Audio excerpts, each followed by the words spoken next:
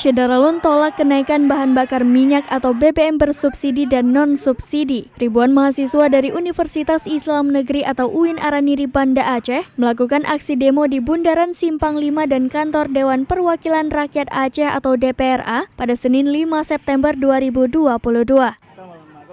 Aksi tersebut dilakukan dalam hal penolakan terkait kebijakan pemerintah yang menaikkan harga 3 jenis BBM. Yang mengalami kenaikan itu antara lain Pertalite dari Rp7.650 menjadi Rp10.000 per liter. BBM jenis solar subsidi dari Rp5.150 menjadi Rp6.800 per liter. Kemudian Pertamax non-subsidi dari Rp12.500 per liter menjadi Rp14.500 per liter. Selain melakukan penolakan terhadap kenaikan BBM, massa juga menuntut penurunan tarif listrik dan pemberantasan mafia minyak dan gas atau migas. Amatan serambinews.com di lokasi, tampak ribuan mahasiswa dengan bendera merah putih di tangannya mulai memadati Bundaran Simpang 5. Dari Banda Aceh, Indra Wijaya, Serambi On TV.